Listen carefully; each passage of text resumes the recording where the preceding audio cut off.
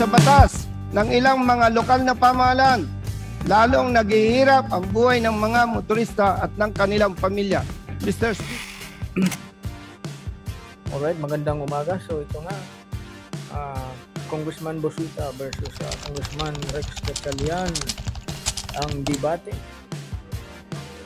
Alright, napakaganda ng kanilang pinag-usapan at parehas may respeto sa isa't isa. Alright, panoorin natin. Let's go.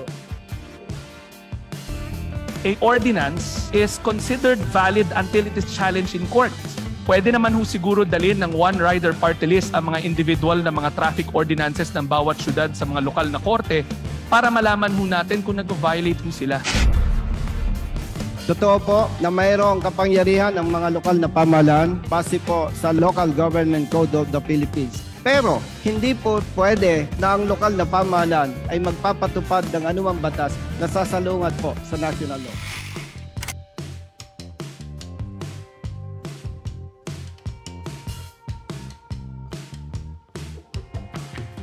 Na no-contact apprehension policy kung saan nagkaroon ng may init na katanungan sa isa't isa sina One Rider Party List Representative Bonifacio Bosita at si First District Representative Rex Gatchalian ng Valenzuela City na kabilang sa 5 syudad na nagpapatupad ng NCAP sa Metro Manila. Well, let me just put it on record. Paulit-ulit ho sinasabi ng ating kasamahan sa One Rider Party List na yung batas. Tama ho yun. Pero hindi ko alam kung familiar ho siya na sa RA 7160, yung Local Government Code, ang police powers ng mayor to include the traffic management is a devolved power of the local government. At hindi ho sila lumalabag sa batas dahil lahat naman ho ng traffic citation, dumadaan ho yan sa sangguniang panglungsod, sangguniang pambayan ng bawat syudad.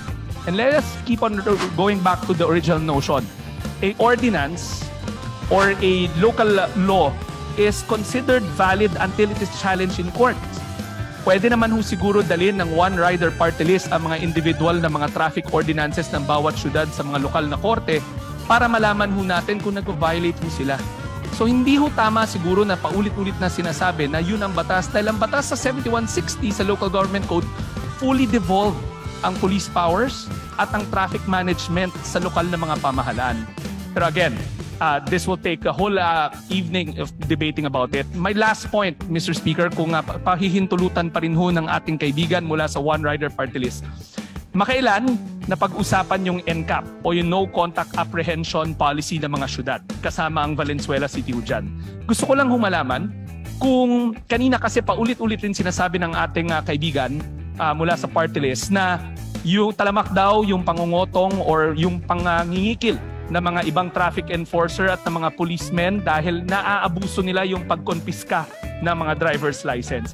Gusto ko lang humalaman, yung ating kasamahan ba ay sang-ayon na ipatupad tong NCAP nationwide?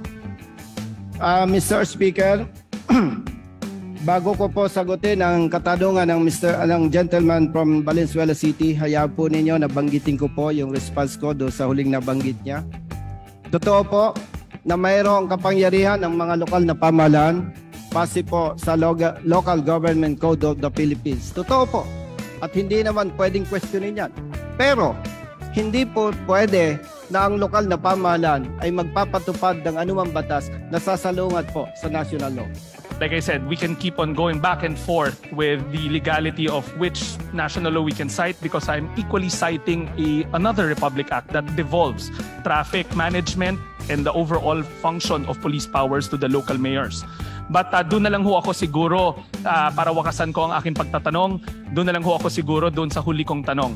Bagamat may temporary restraining order, gusto ko lang malaman na in the future, kung sakaling talakayin na to sa Supreme Court, ang One Rider Party List ba ay sang-ayon sa pagpapatupad ng NCAP nationally? Dahil ito ay isang paraan para masugpo natin yung pangingikil, yung pang-aabuso ng ating mga traffic enforcers dahil kinukuha nila yung license at subject to may human subjectivity. Yes, Mr. Speaker. Maganda po ang NCAP. Hindi may tatanggi. Dahil diyan po ay mapipigilan ang pangangotong at pangabuso ng ilang mga pulis at ng ilang mga traffic enforcers. Ang kino-question lamang po natin kaugnay sa pagpapatupad ng NCAP is yung pong sistema. Ano po yung sistema? Mr. Speaker, marami ng motorista ang nagkaproblema dahil sa NCAP. Para po maging malinaw sa bawat isa sa atin, hayaan po ninyo na magbigay ako ng maikling kwento. Isang rider, after several months, siya po ay magre-renew ng motorsiklo niya, ng registro ng kanyang motorsiklo. Sabi po ng LTO, Mr. X, bumalik ka muna sa lokal na pamahalaan ng Maynila. Nakalarma ang iyong motorsiklo.